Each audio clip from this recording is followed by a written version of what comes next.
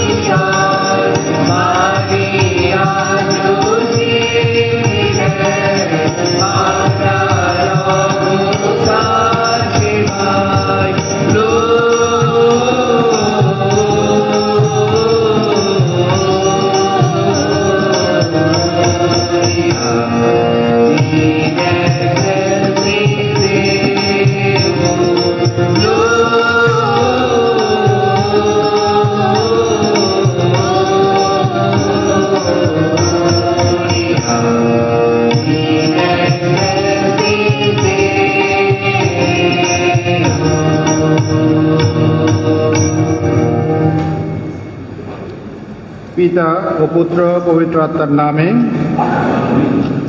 আমাদের প্রভু যীশু খ্রিস্টের অনুগ্রহ, পিতা পরমেশ্বরের প্রেম এবং পবিত্র আত্মার একাত্মতা তোমাদের সকলের মধ্যে বিরাজ করুক। খ্রিস্টে শ্রদ্ধেয় স্নেহের ভাই বোনেরা, আজ রাত্রি অত্যন্ত পবিত্র, শান্তিময় এবং আশীর্বাদময়। আগমনকালের অনুধ্যানে আমাদের আহ্বান ও উদ্বুদ্ধ করা হয়েছিল সতর্ক থাকতে, কারণ শুধু আধ্যাত্মিকভাবে না, জাগতিকভাবেও রাজনৈতিক অস্থিরতা, সমাজের বিশৃঙ্খলা এবং বিভিন্ন রকম ঝুঁকি আমাদের চারিপাশে রয়েছে। জেগে থাকতে বলা হয়েছিল, কারণ সক্রিয়ভাবে কখন আমাদের কি করতে হবে, কি বলতে হবে, সেই বিষয়ে যেন আমরা যত্নবান হই। এবং প্রার্থনা করতে বলা হয়েছিল, তার অর্থ এমন পরিস্থিতিতে আমরা যেন পিতা ঈশ্বরকে ভুলে না যাই, তার উপর আরও বেশি নির্ভরশীল হই। আগমনকালের দীর্ঘ অপেক্ষার পর আমরা এসেছি এই বেদিতে। এই রাত্রে আলো অন্ধকারকে পরাজিত করে, আশা হতাশাকে জয় করে এবং ঈশ্বর মানুষের মাঝে বাস করতে আসেন। আজ রাতেই আমরা ঘোষণা করি, অবশেষে আমরা ঈশ্বরের সীমাহীন সৌন্দর্যের মুখোমুখি হব। আমাদের জগতের এই কষ্টের যাত্রা, আমাদের এই সংগ্রামের এবং আমাদের কঠিন ও কঠোর বাস্তবতার চিন্তাভাবনা যেন আমাদের প্রত্যাশার আনন্দ বিনষ্ট করতে না পারে। প্রিয়জনেরা, এসো আমাদের পাপ স্বীকার করি, যেন আমরা পূর্ণ যজ্ঞ রহস্য উদযাপন করার যোগ্য হয়ে উঠি।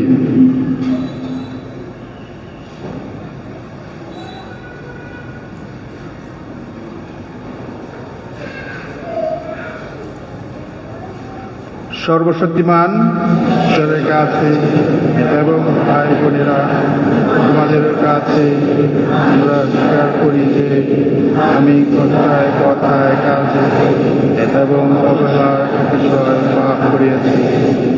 আমার অপরাধে আমার গুরুতর অপরাধে নিত্য কুমারী মারিয়া, সকল স্বর্গদূত সাধু সাথীগণ এবং ভাই বোনেরা, তোমাদেরকে মিনতি করি, আমাদের প্রভু পরমেশ্বরের কাছে আমার জন্য প্রার্থনা করো। সর্বশক্তিমান ঈশ্বর আমাদের প্রতি সদয় হন, আমাদের পাপ ক্ষমা করুন এবং শাশ্বত জীবনে আমাদের আনয়ন করুন।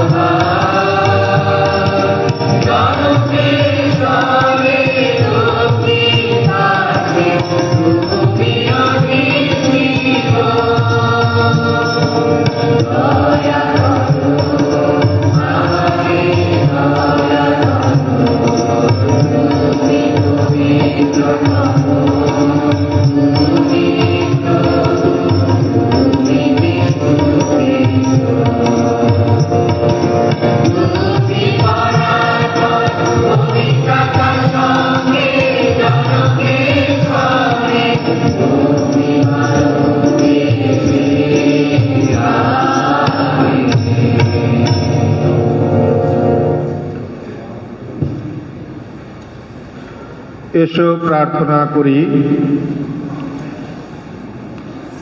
হে স্নেহময় পিতা, আমাদের ভালোবেসে তুমি আজ এই পুণ্য নিশীথে তোমার নিজের পুত্র যিশুকে আমাদের দান করেছ। বিশ্বপতি যিনি, এখন তিনি শিশুর মতো কাপড়ে জড়ানো মানব জাতির মুক্তিদাতা, তিনি এখন যাওয়াপাত্রে শোয়ানো।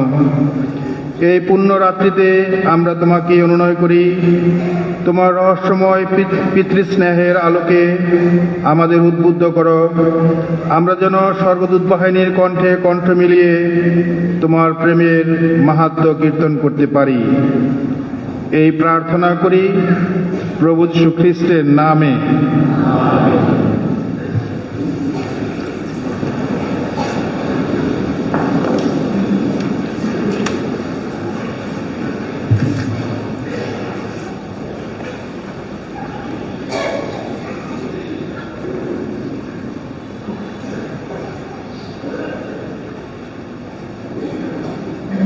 প্রবক্ত ঈশায়ার গ্রন্থ হতে পারে। অন্ধকারে পথ চলছিল যারা, সেই জাতির মানুষেরা দেখেছে এক মহান আলো। ছায়াচ্ছন্ন দেশে যারা বাস করছিল, তাদের উপর ফুটে উঠেছে একটি আলো। হে ভগবান, তুমি তাদেরকে দিয়েছ অসীম আনন্দ, কত গভীর করেছ তাদের উল্লাস।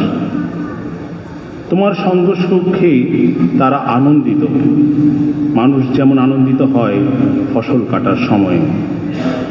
কেননা যে জোয়ানের ভার তাদের উপর চেপে বসেছিল, যে বাঁক তাদের কাঁধের উপর দুর্বহ হয়ে উঠেছিল, এবং তাদের নির্যাতকের সেই যে ব্যাধখানি, সবই তুমি ভেঙে ফেলেছ, যেমনটি ভেঙেছিলে মিদিয়নের সেই পরাজয়ের দিনে।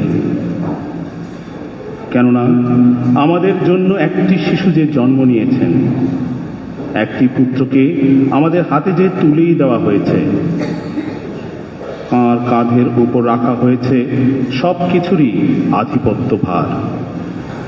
তাকে ডাকা হবে অনন্য পরিকল্পক, পরাক্রমী ঈশ্বর, শাশ্বত জন্মদাতা, শান্তিরাজ, এমনই সব নামে। আহা, এবার শুরু হবে দাউদের সেই সিংহাসনের, সেই রাজত্বের সুবিস্তৃত আধিপত্যের যুগ, অনন্ত শান্তির যুগ। আর তেমনি রাজত্ব সেই তিনি প্রতিষ্ঠিত করবেন এবং সুদৃঢ় করে তুলবেন ন্যায় ও ধর্মিষ্ঠার ভিত্তিতে, আজ থেকে চিরকালেরই মতো। বিশ্বপতি ভগবানের ঐকান্তিক ভালোবাসাতেই ঘটবে সব কিছু। প্রভুর বাণী।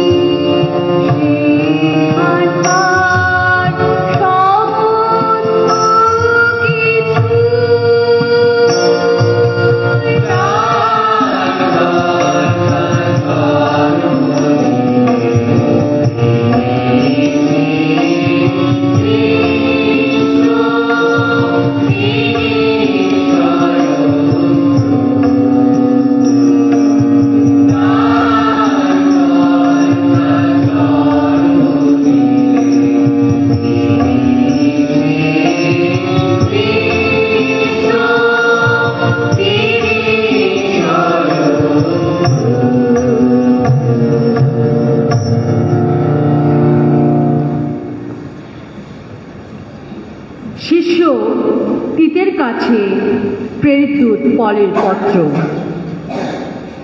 আমার প্রিয় সন্তান তিত, এই কথা সকলকে জানিয়ে দাও যে ঈশ্বরের অনুগ্রহ প্রকাশিত হয়েছে, সমস্ত মানুষের জন্য খুলে দিয়েছে পরিত্রাণের পথ। ঐশু অনুগ্রহ আমাদের এই শিক্ষা দেয় আমরা যেন সব রকম অধর্মাচরণ ও পার্থিব কামনা পরিত্যাগ করি। আমরা যেন এই সংসারে আত্মসংযত, ধর্মসম্মত, ভক্তিময় জীবনযাপন করি। আর তা যেন করি আমাদের সেই ধন্য আশা পূরণেরই প্রতীক্ষায়, আমাদের মহান ঈশ্বর ও ত্রাতা যীশু খ্রিস্টের মহিমা প্রকাশেরই প্রতীক্ষায়।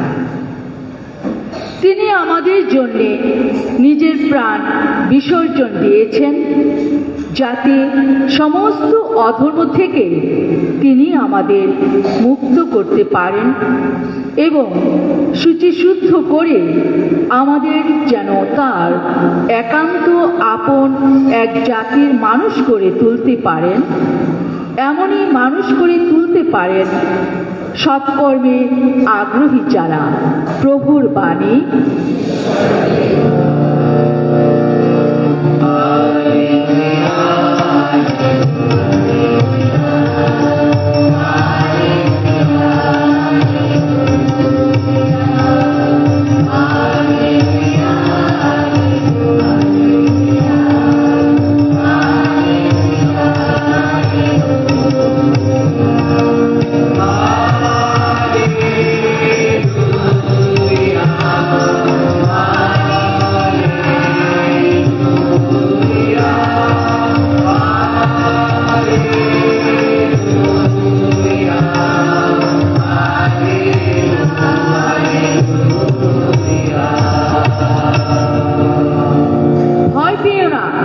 শোনো তোমরা আনন্দ বার্তা, জন্ম নিয়েছেন আজ আমাদের মুক্তিদাতা।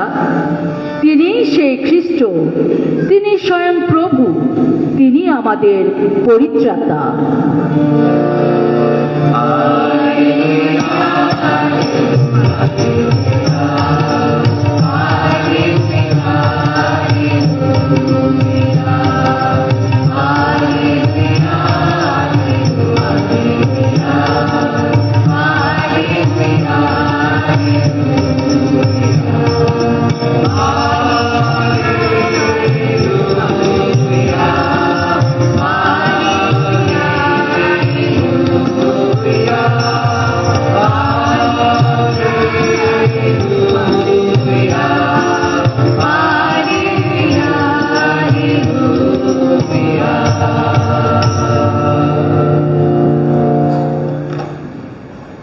প্রভু আপনাদের সহায় থাকুন।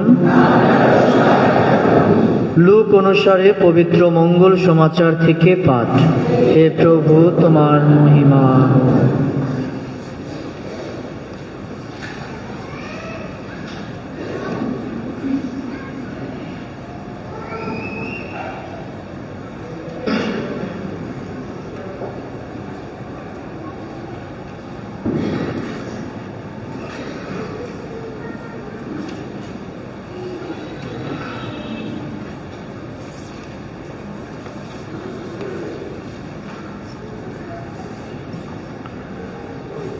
একদিন রোম সম্রাট অগাস্টাসের এই হুকুম জারি হলো যে সমস্ত সাম্রাজ্যে লোক গণনা করা হবে। এই প্রথম যখন লোক গণনা করা হয়েছিল তখন সিরিয়ার প্রদেশপাল ছিলেন কুইরিনিয়াস। সকলে নাম লেখাবার জন্যে যে যার শহরে রওনা হলো। যোসেফ ছিলেন দাউদের বংশ ও গোত্রেরই মানুষ, তাই তিনি গালিলিয়ার নাজারেত শহর থেকে গেলেন জুদেয়ার দাউদের সেই নগরীতে, যার নাম বেথলেহেম। নাম লেখাবার জন্যে তিনি নববধূ মারিয়াকেও সঙ্গে করে নিয়ে গেলেন। মারিয়া তখন সন্তান সম্ভবা। বেথলেহেমে থাকতেই তার প্রসবের সময় উপস্থিত হলো। তিনি প্রসব করলেন একটি পুত্রকে, তার প্রথমজাত সন্তানটিকে। শিশুটিকে তিনি কাপড়ে জড়িয়ে একটি জাবপাত্রে শুয়ে রাখলেন, কারণ পান্থশালায় তাদের থাকবার জায়গা জোটেনি। সেই অঞ্চলে একদল রাখাল ছিল, যারা মাঠে থেকে সারা রাত জেগে তাদের পালের পশুগুলিকে পাহারা দিত। সেদিন হঠাৎ প্রভুর এক দূত তাদের সামনে আবির্ভূত হলেন। প্রভুর মহিমা তখন তাদের ঘিরে উজ্জ্বল দীপ্তি ছড়াতে লাগলো। এক আশ্চর্য ভীতিতে ভরে উঠল তাদের অন্তর। কিন্তু স্বর্গদূত তাদের বললেন, ভয় পেও না, আমি এক মহা আনন্দের সংবাদ তোমাদের জানাতে এসেছি। এই আনন্দ জাতির সমস্ত মানুষের জন্যেই সঞ্চিত হয়ে আছে। আজ দাউদের নগরীতে তোমাদের ত্রাণকর্তা জন্মেছেন, তিনি সেই খ্রিস্ট, স্বয়ং প্রভু। এই চিহ্নে তোমরা তাকে চিনতে পারবে। দেখতে পাবে কাপড়ে জড়ানো, জাবপাত্রে শোয়ানো এক শিশুকে। তখন হঠাৎ সে দূতের পাশে দেখা দিল স্বর্গের এক বিরাট দূত বাহিনী।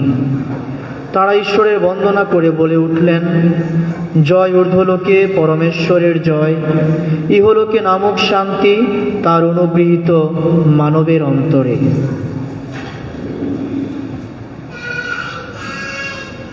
প্রভুর মঙ্গল সমাচার। খ্রিস্ট প্রভু, তোমার প্রশংসা।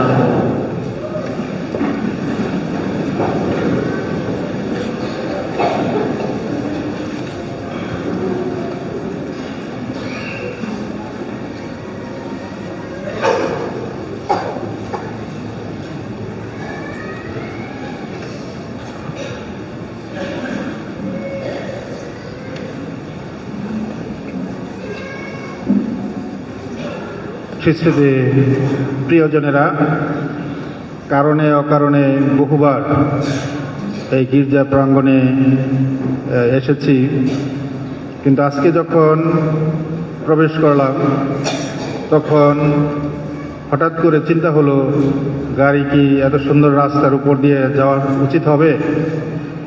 কারণ সুন্দর করে রাস্তাগুলো গোছানো হয়েছে এবং চারিপাশে দেখেছি খুব গোছানো, পরিপাটি, আলোকোজ্জ্বল একটা পরিবেশ। অর্থাৎ এই ধর্মপল্লীবাসী খুব সুন্দর করে যত্ন সহকারে সব কিছু পরিপাটি করেছে, সুন্দর করেছে, মনোমুগ্ধ করেছে। এবং এখানে যারা কাজ করেছে অত্যন্ত যত্নের সহকারে তারা এই কাজটি করেছে।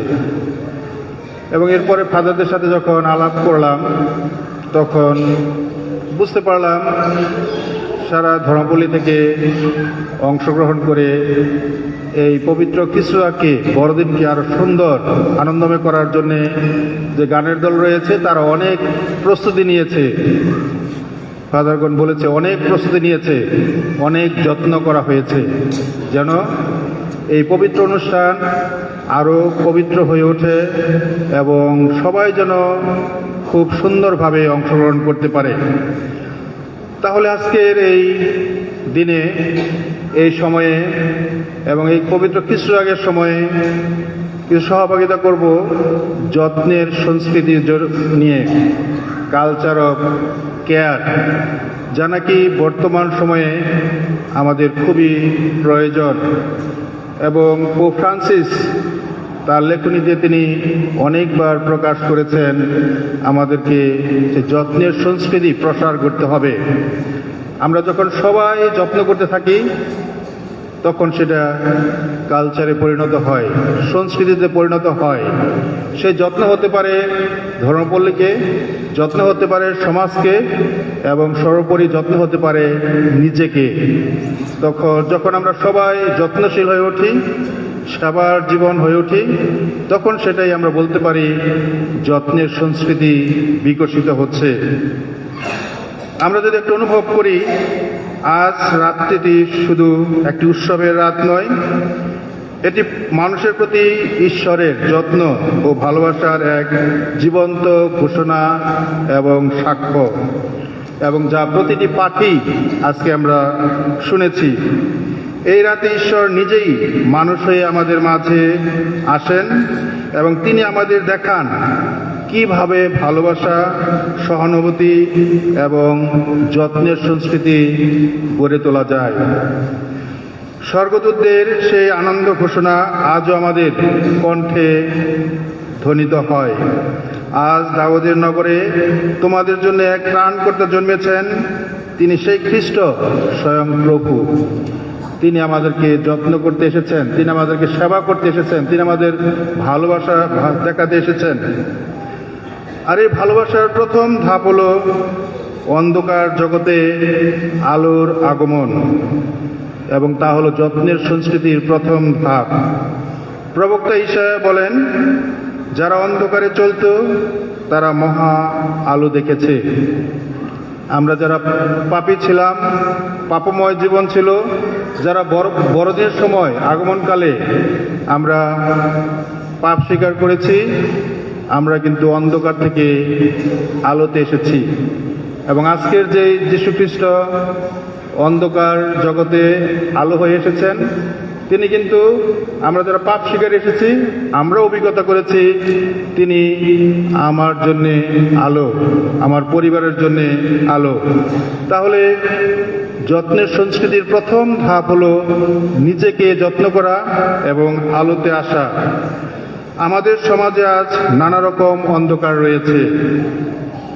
দারিদ্র্য, বেকারত্ব, পরিবারে ভাঙ্গন, সমাজে দেশময় সহিংসতা, একাকিত্ব, অবহেলা, হতাশা, নেতৃত্ব ও রাজনৈতিক বিভাজন, এগুলি হলো আমাদের এখন বর্তমান বাস্তবতা এবং অন্ধকারময় অধ্যায়। এই অন্ধকারের মাঝেই ঈশ্বর আলো হয়ে আসেন।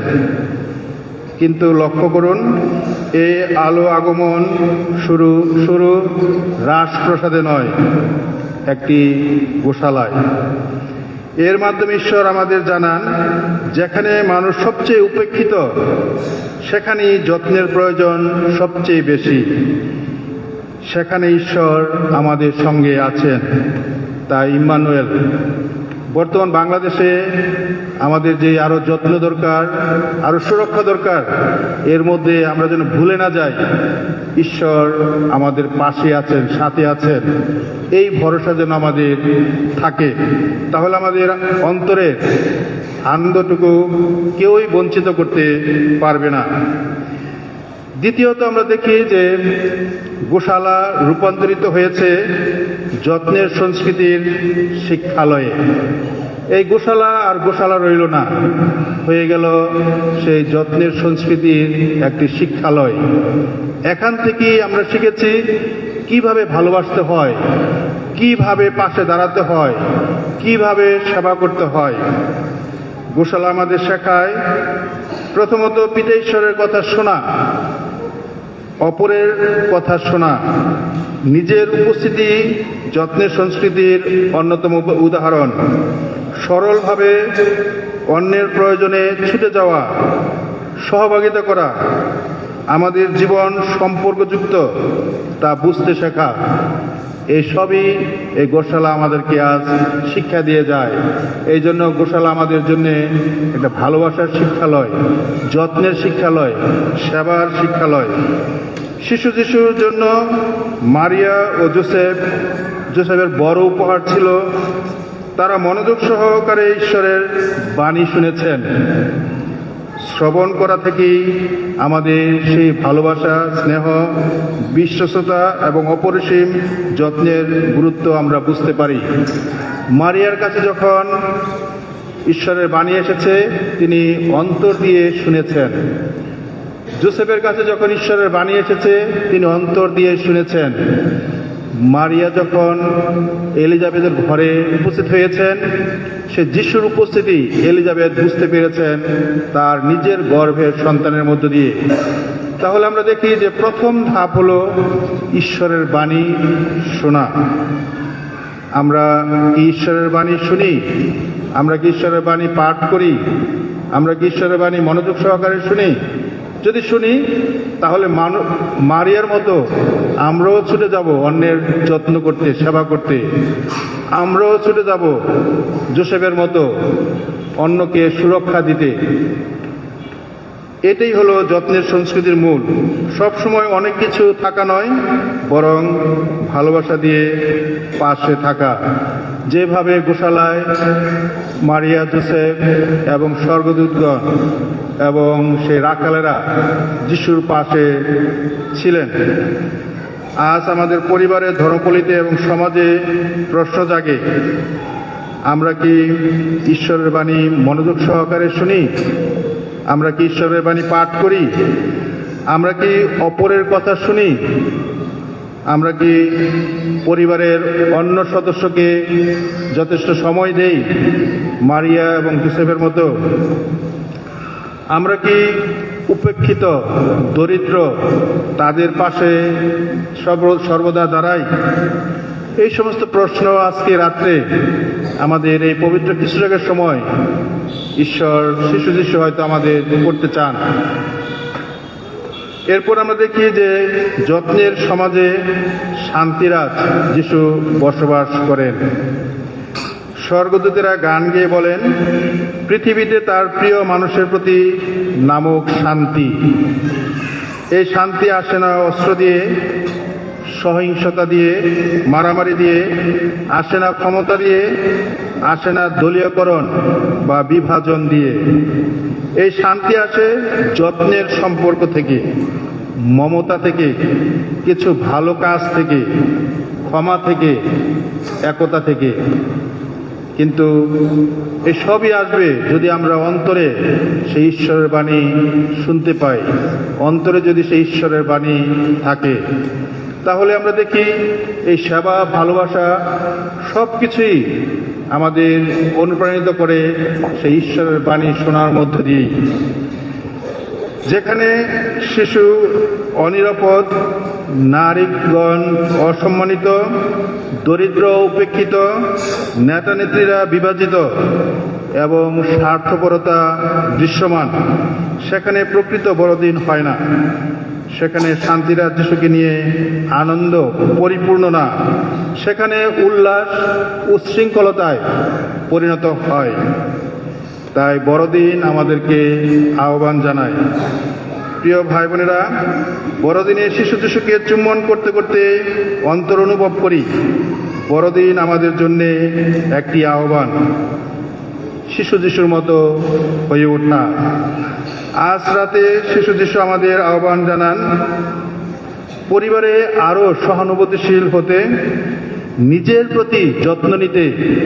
আমি কি খাচ্ছি, কি করছি, আমি কিভাবে সময় অতিবাহিত করছি, আমার কি করা উচিত, এই সমস্ত প্রশ্নের উত্তর নিয়ে আমরা যেন আমাদের নিজেদের প্রতি প্রথম যত্নবান হই।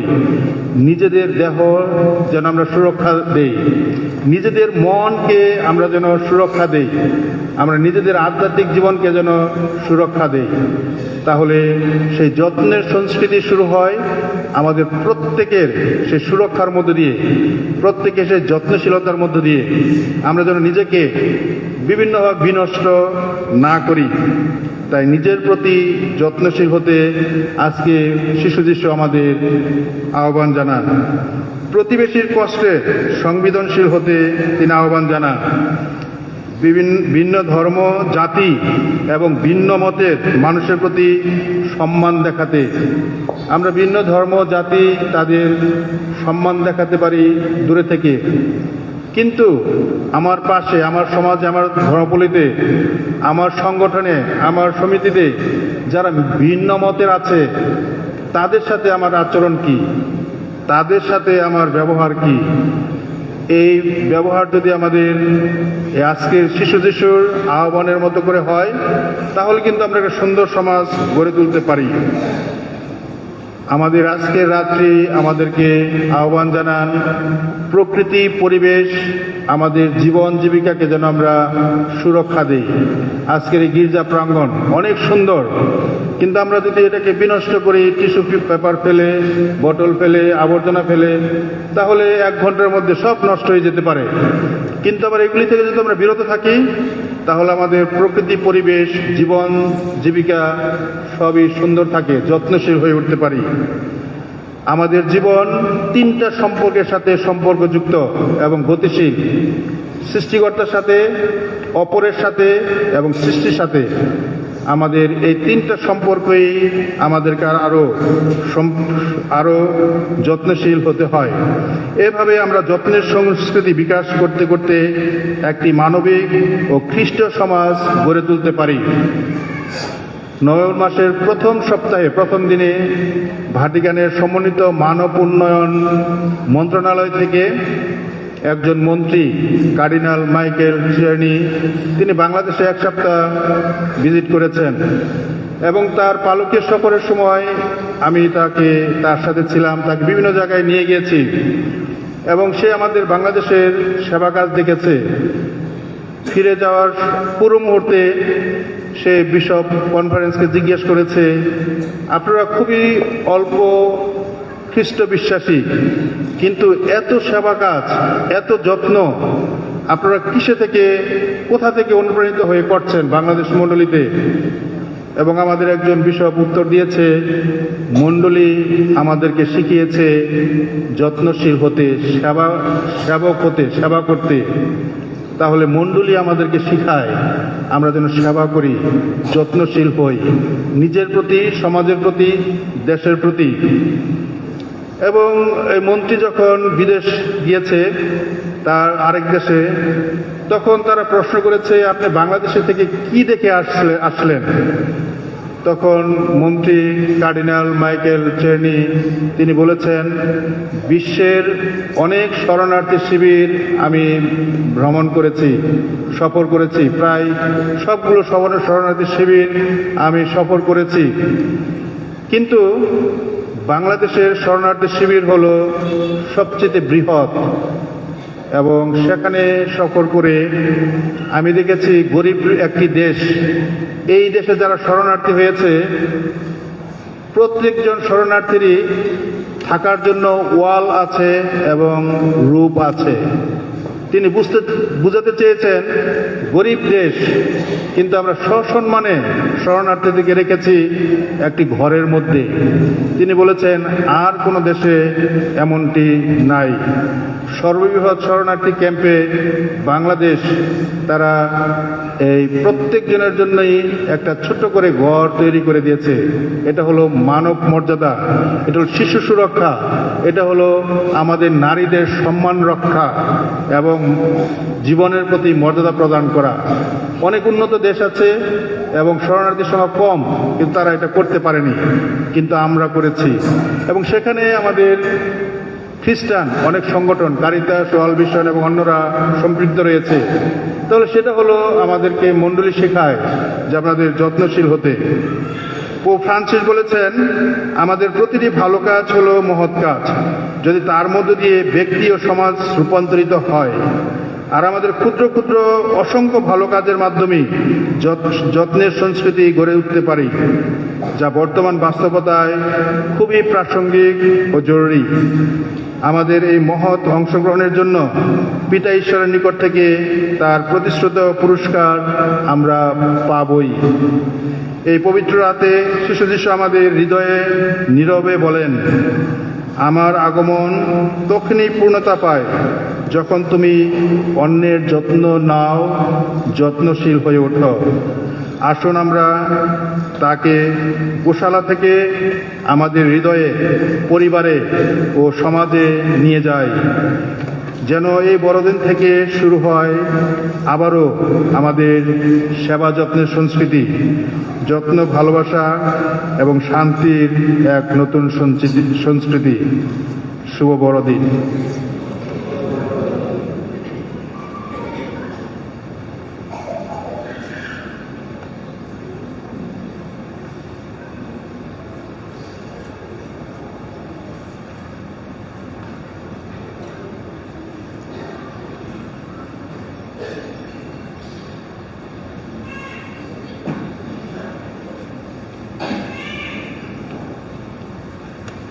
আমরা এখন বিশ্বাস মন্ত্র বলি। সর্বমতে সৃষ্টা, সর্বশক্তি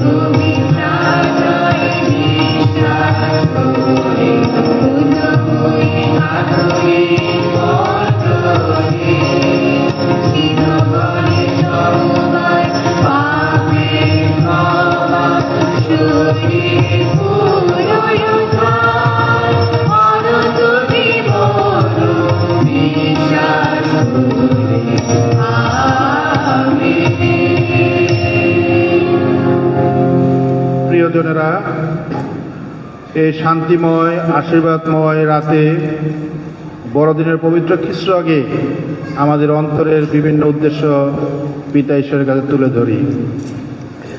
মণ্ডলীর সকল খ্রিস্ট ভক্তদের জন্য প্রার্থনা করি যেন তারা বড়দিনের আনন্দ ও মুক্তি সবার কাছে ঘোষণা করতে পারে। আসুন আমরা এই উদ্দেশ্যে প্রভুর কাছে প্রার্থনা করি।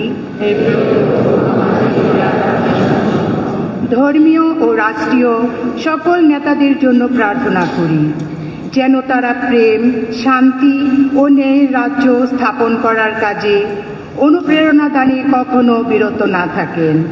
আসুন এই উদ্দেশ্যে আমরা প্রভুর কাছে প্রার্থনা করি। আমাদের পরিবার, আত্মীয় স্বজন, বন্ধু বান্ধব ও যাদের কম ভালোবাসি তাদের জন্য প্রার্থনা করি যেন আমরা সকলে সমবেতভাবে ভালোবাসার চিহ্ন হয়ে উঠি। আসুন আমরা এই উদ্দেশ্যে প্রভুর কাছে প্রার্থনা করি।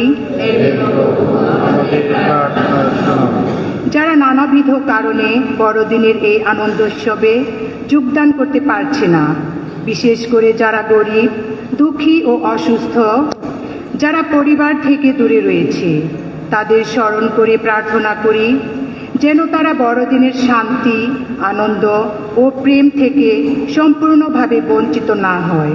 আসুন এই উদ্দেশ্যে আমরা প্রভুর কাছে প্রার্থনা করি।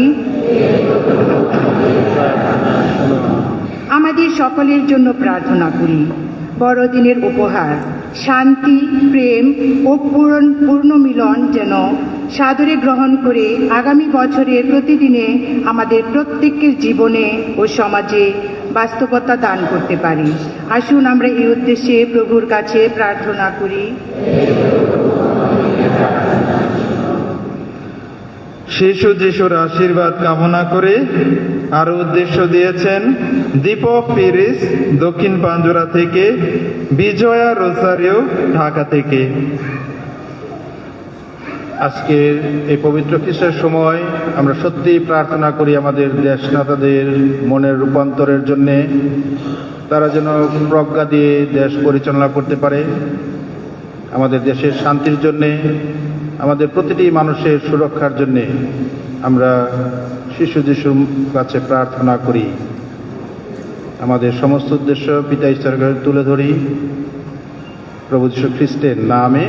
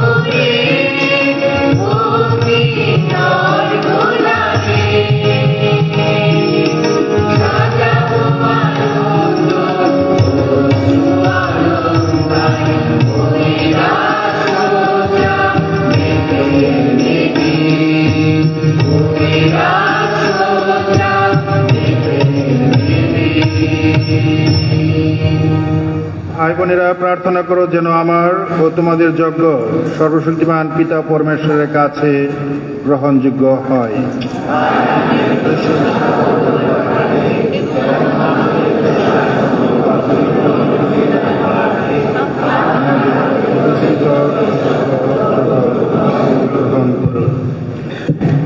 হে পরমেশ্বর, আজকের মহোৎসবে আমাদের এই নৈবেদ্য প্রসন্ন হয়ে গ্রহণ করো।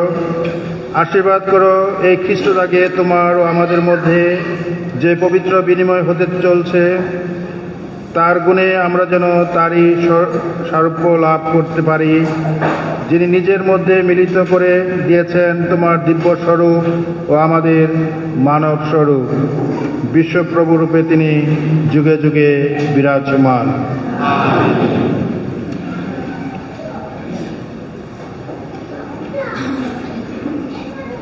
প্রভু তোমাদের সহায় থাকুন। তোমাদের হৃদয় উত্তোলন করো। এসো আমাদের ঈশ্বর প্রভুর ধন্যবাদ করি। হে প্রভু, পবিত্রতম পিতা, সর্বশক্তিমান সনাতন পরমেশ্বর, সর্বকালে ও সর্বস্থানে তোমার প্রতি ধন্যবাদ নিবেদন করা সত্যি বিহিত, ন্যায্য, সমীচীন ও কল্যাণকর। কেননা শাশ্বত বাণীর দেহধারণ রহস্য দ্বারা তোমার দীপ্তির নবজ্যোতি আমাদের মানস চোখে উদ্ভাসিত হয়েছে, যেন তাকে দৃশ্যভাবে ঈশ্বররূপে চিনতে পেয়ে তারই দ্বারা অদৃশ্য রূপের প্রেমে মগ্ন হই। অতএব স্বর্গদূত মহাদূতগণের সঙ্গে, রাজ্য পরাক্রম সময়ের সঙ্গে এবং সমস্ত স্বর্গবাহিনীর সঙ্গে আমরা তোমার মহিমার জয়গান করে অবিরত বলি।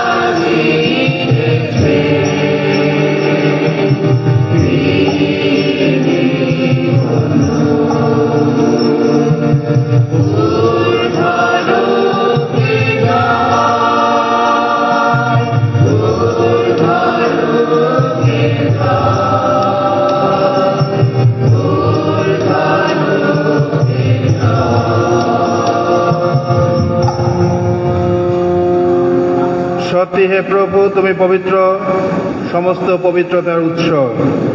অনুনয় করি শিশির বর্ষণের মতো তোমার আত্মার প্রেরণে এই উপহার পবিত্র করো, যেন তা আমাদের জন্যে আমাদের প্রভু যীশু খ্রিস্টের দেহে ও রক্তে পরিণত হয়। মৃত্যু যন্ত্রণায় স্বেচ্ছায় সমবেত হওয়ার ক্ষণে তিনি রুটি হাতে নিলেন এবং ধন্যবাদ জানিয়ে তা ভাঙলেন এবং তার শিষ্যদের দিয়ে বললেন, নাও, এ থেকে খাও সকলে, কেন এই আমার দেহ যা তোমাদের জন্যে সমর্পিত হবে।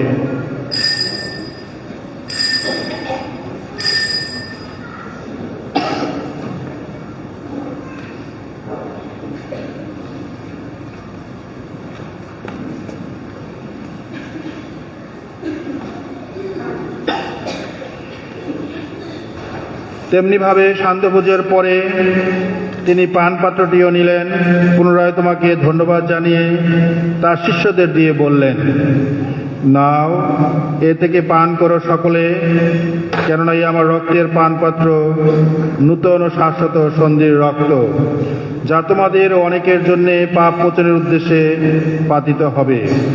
আমার শরণার্থে তোমরা এই অনুষ্ঠান করো।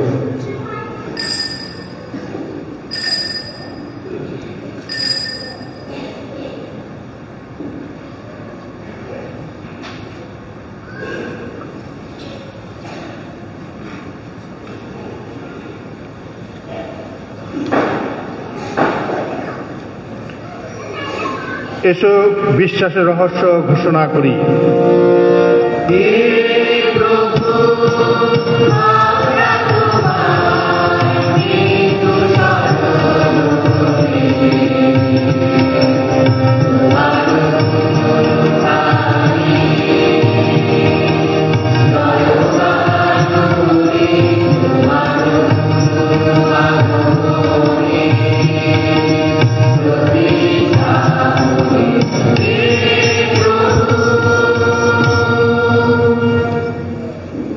অতএব হে প্রভু, তার মৃত্যু ও পুনরুত্থানের স্মরণোৎসব পালন করে আমরা জীবনদায়ী রুটি এবং মুক্তিদায়ী পানপাত্র তোমার কাছে নিবেদন করি। তোমার সম্মুখে দাঁড়াতে ও তোমার সেবা করতে তুমি আমাদের যোগ্য করে নিয়েছ, তোমাকে ধন্যবাদ জানাই। মিনতি করি খ্রিস্টের দেহ রক্তে সহভাগী হয়ে আমরা যেন পবিত্র আত্মার দ্বারা সম্মিলিত হয়ে এক হতে পারি।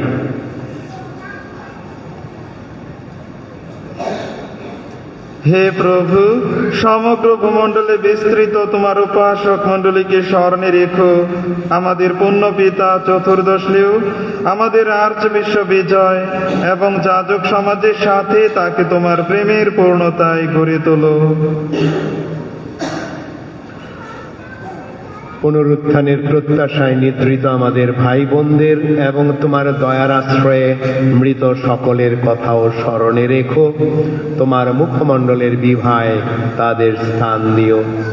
অনুনয় করি আমাদের সকলের প্রতিও সদয় হও, যেন ঈশ্বর জননী ধন্যা কুমারী মারিয়া, আর স্বামী ধন্য জোসেফ, ধন্য প্রেরিত শিষ্যগণ এবং যুগে যুগে তোমার প্রীতিভাজন সকল সাধুসাধ্যীর সঙ্গে আমরাও শাশ্বত জীবনের সহভাগী হওয়ার যোগ্য হয়ে উঠি এবং তোমার প্রশংসা ও মহিমা কীর্তন করতে পারি তোমার পুত্র যীশু খ্রিস্টেরই দ্বারা।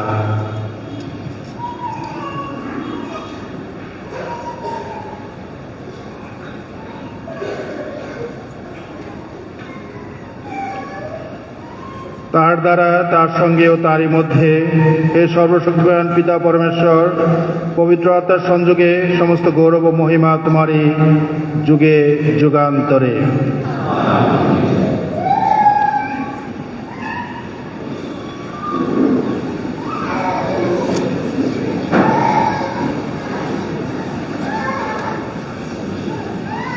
মুক্তিদাতার আদেশে এবং ঐশ্বশিক্ষায় প্রবুদ্ধ হয়ে আমরা নির্ভয়ে বলি,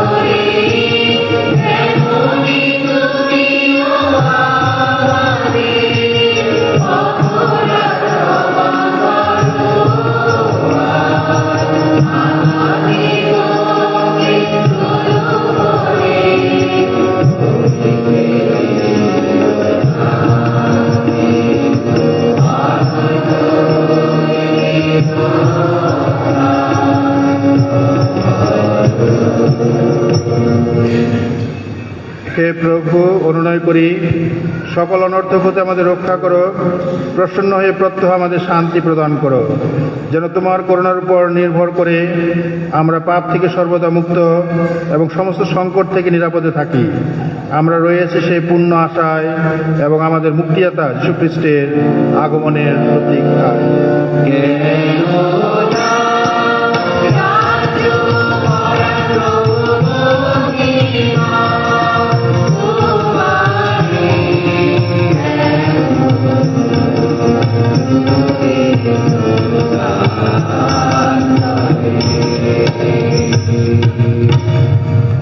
হে প্রভু যীশু খ্রিস্ট, তুমি তোমার প্রিয় শিষ্যদের বলেছ, আমি তোমাদের কাছে শান্তি রেখে যাচ্ছি, আমারই শান্তি তোমাদের দান করছি।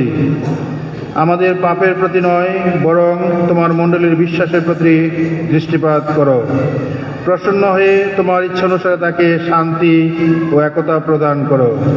তুমি জীবিত আছো, রাজত্ব করছো যুগে যুগান্তরে। প্রভু শান্তি সর্বদা তোমাদের মধ্যে বিরাজ করুক। এসো আমরা পরস্পরকে শান্তি প্রদান করি।